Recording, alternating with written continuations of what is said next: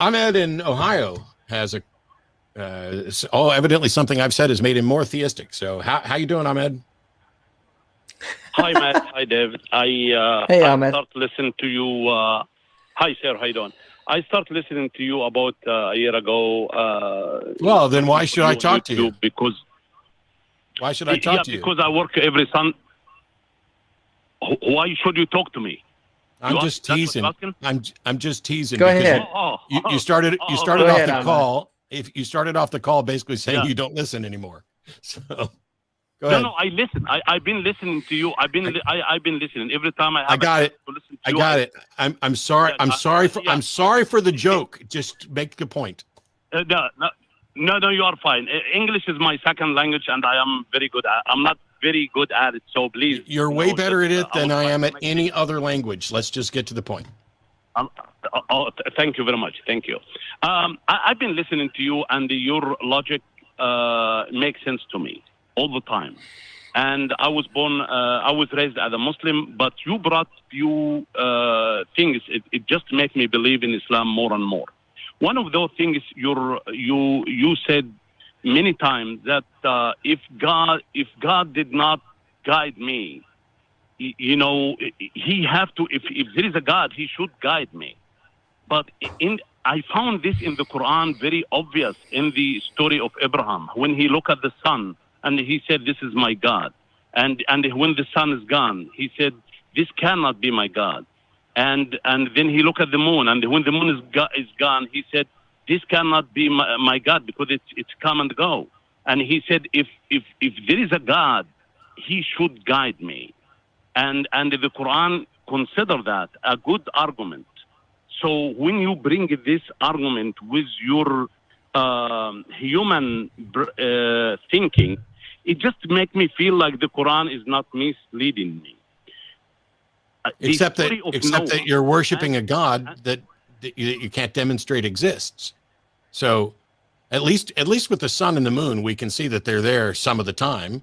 Allah is non-existent as far as we can tell. And so how could you possibly buy into the notion of a God that doesn't demonstrate its existence? This is a very good question, and it's a big question, and I cannot summarize it in a call. And I have to admit that I'm a Muslim because I was raised as a Muslim, but I have doubted all my life about for a few things, and when I search it, I come back to the Islam, and I found it makes sense to me.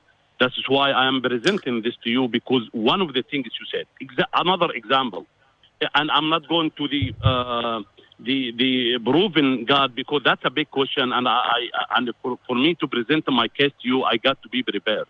This is my only Sunday I am off, and I found you that I can call you, and I am happy to talk to you because I have a lot of respect to you and to your show, although we disagree with a lot of things, but the other thing that you brought in, three things you brought in.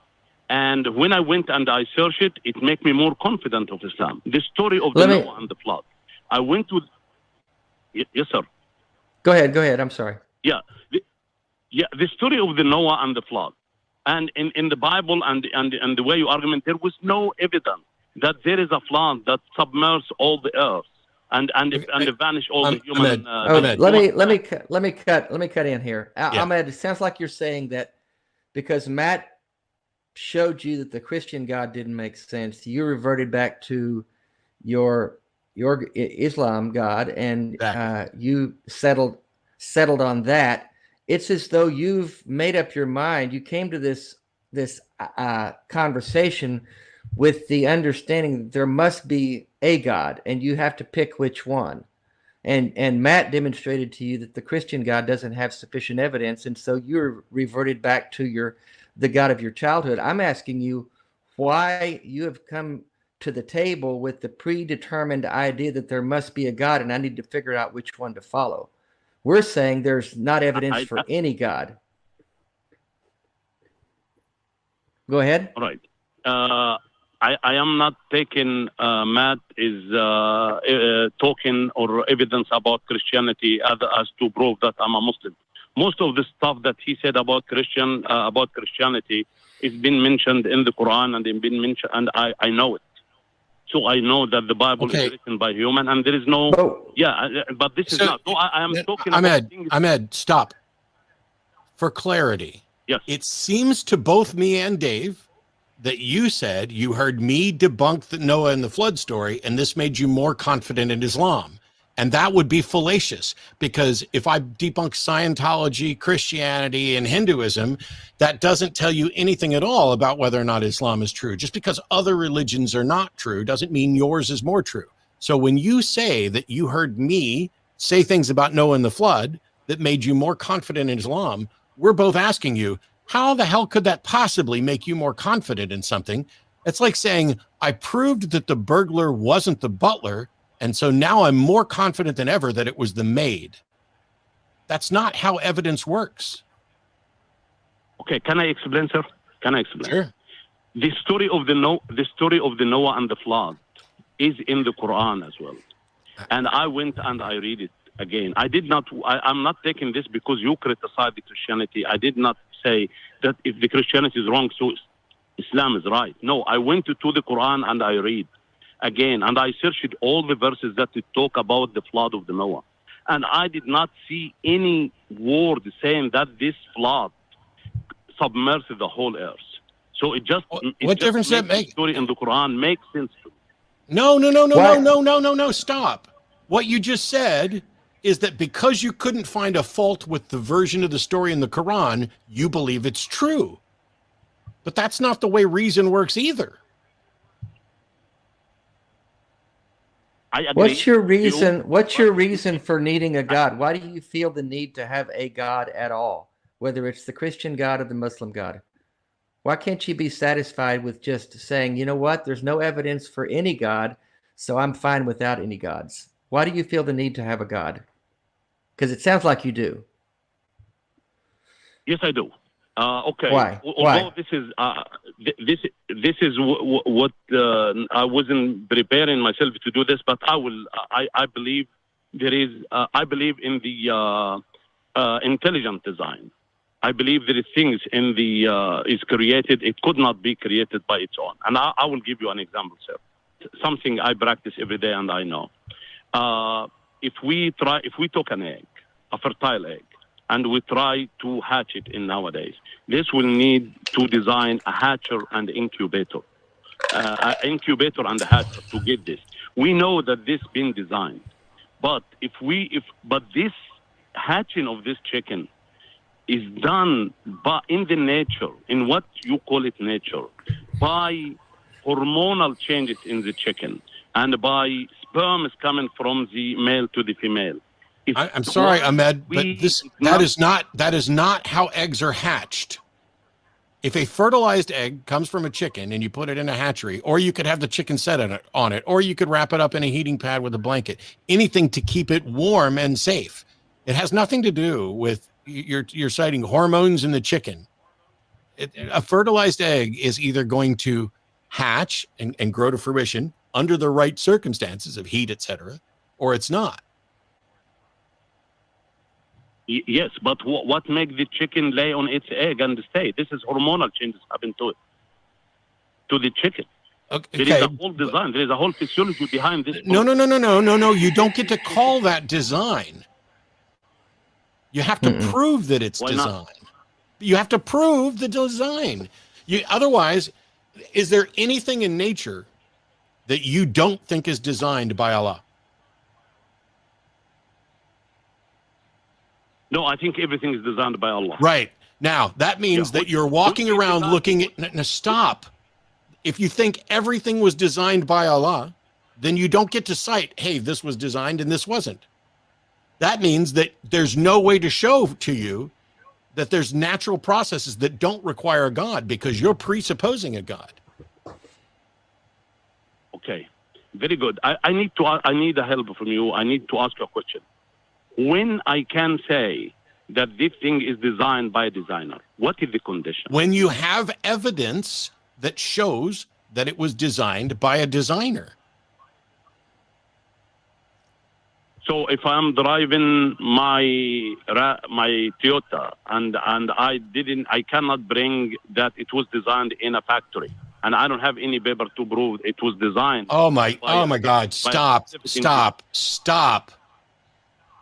Every piece of evidence we have shows that cars are designed by designers and that cars do not occur naturally. We recognize design by contrasting that thing which is designed by that which occurs naturally. You don't have to be able to produce the document on your specific Toyota. We, as a society, already know this. We know that cars are designed. And you know how we know? Because they're contrasted. So like, let's imagine that you walked along a river and you find a whole bunch of sticks and mud blocking up that river. Was that created by a beaver, or did it occur through natural processes of flood coming through and gathering up sticks and mud? Which one? All right. You're making sense. But when I asked you this I asked a question. Well, you used a bad analogy, Ahmad, because we can go to the factory and watch a Toyota be produced. We can see it with our eyes. You can't go and see the earth created out of nothing. So your assumption that a God did it, and now your double assumption that the particular God that you were raised with did it is fallacious, as Matt says, and you can't prove it. You just want to believe it. Okay. And it's just better if you're just honest with yourself and everyone around you. I believe it because I want to believe it, instead of trying to prove something you can't prove. Okay, your argument makes sense, but I'm still asking. When I asked it, Matt, what is the condition of anything that I can call it is a design? It is designed. I would that you can prove it. In an argument, that you can prove it. Asking. So in your thinking, the only way to prove or to say that this thing is designer is to have an evidence there was a designer that have a blueprint for it and yes for that. Yes. So the accuracy of the operation itself does not make you assume that this was designer. This is my question. Correct. You don't get to assume. Correct. You do not get to assume design, because when you assume design, you could be wrong, because we are pattern recognition machines. And if you don't have evidence for design, but you just assume this design, you can be wrong. And then once you believe that, now you're going to be wrong about a whole bunch of other things as well. It doesn't have to be a person with a blueprint. When I was saying yes, I'm saying there needs to be actual evidence for design. So the accuracy and the precise does not indicate what accuracy, what size. We're talking about hatching a fucking egg. It happens to literally every egg-laying life on planet, and for the life forms that don't lay eggs, that have internal gestation, etc., it's the same process. It just takes place internally. Yeah, what accuracy? We can talk about the Earth. We can talk about the Earth orbiting the sun. And it's accurate operation every year. It's not accurate every year. It's precise and very accurate. Everything's winding down. You're only looking at it in the short term. But if you're talking about how, the Earth is at the right distance from the sun for life, well, congratulations. That's going to be true everywhere where there's life. And where it's not, there's not life, it's not going to be true. You want to talk about design?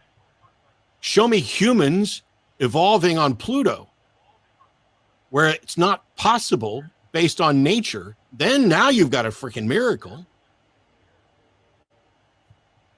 All right. I think, Ahmad, I go back to this, Ahmad. I mean, you believe because you want to believe, and you were raised in a certain faith tradition, and you've clung to that. You explored other things, and you came back to what you were comfortable with.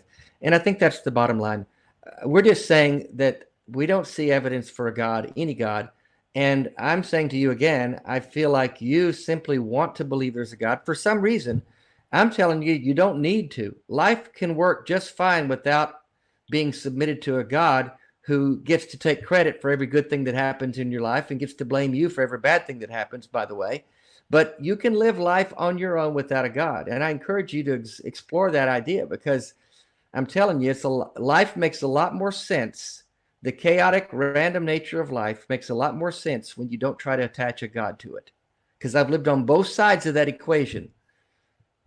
So I would encourage you to explore life without the need for a God. That's my own thing.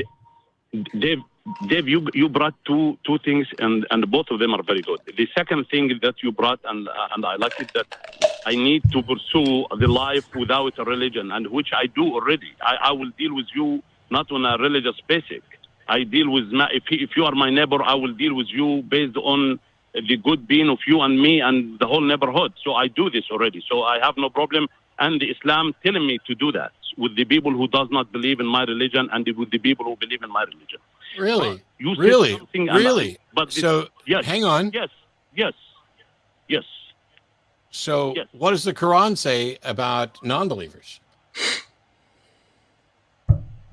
It said in the Quran, two verses I will tell it to you in Arabic and I will translate it. لا إكراه في الدين. There is no compulsion in religion. There is no enforcement on religion. فمن شاء فليؤمن ومن شاء فليكفر. Whoever choose to believe, he can believe, and whoever choose to not to believe, he cannot believe. And I can send you in your email not one verse, not two, not three, not four. I can send you tens of verses that telling me that I should not have any problem with you if you are atheist, Buddhist, or anything, as long as you are not fight me against me based that I'm a Muslim. This is what about Surah 2 verses 6 and 7? What's that say? Surah 2 verses 6 and 7? Yes. ذلك الكتاب لا ريب فيه هدى للمتقين الذين يؤمنون بالغيب ويقيمون الصلاة ومما رزقناهم الذين يؤمنون بما أنزل إليك وأنزل من قبلك. I cannot recall that, but I don't know what the verse you are talking about. I can open the Quran. Why don't you read it to us? Verses 2, the chapter 2, verses 6 and 7. Yeah. Could you give me a second? I will look it. I will look it up. Well, what it says here in my English translation is it says, don't bother warning the disbelievers. Allah has made it impossible for them to believe so that he can torture them forever after they die. So basically... No, I know the translation. I know the translation is wrong.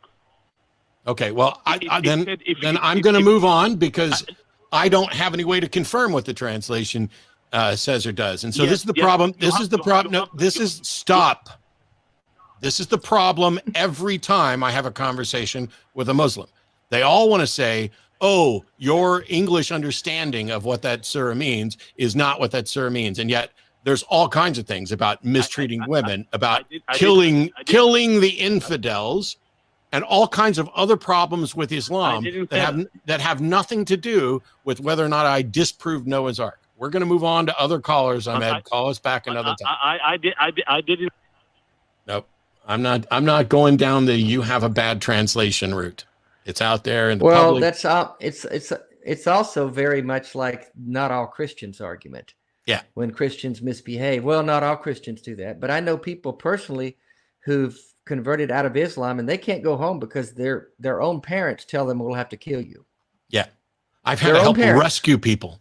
I've had to help rescue people from what's going on. Now, okay, well, so your version of Islam isn't as bad as the other versions. Well, congratulations. Not all Christians. But yeah, and it's same for Christians too. But that's the problem. That theology is a breeding ground for the misuse of it, just like with Christians. So that's why I say get rid of all of it and you'll be better off. But he needs to believe in something, and I feel bad for him. Seems like a nice guy, but he just needs to have a God. That's sad.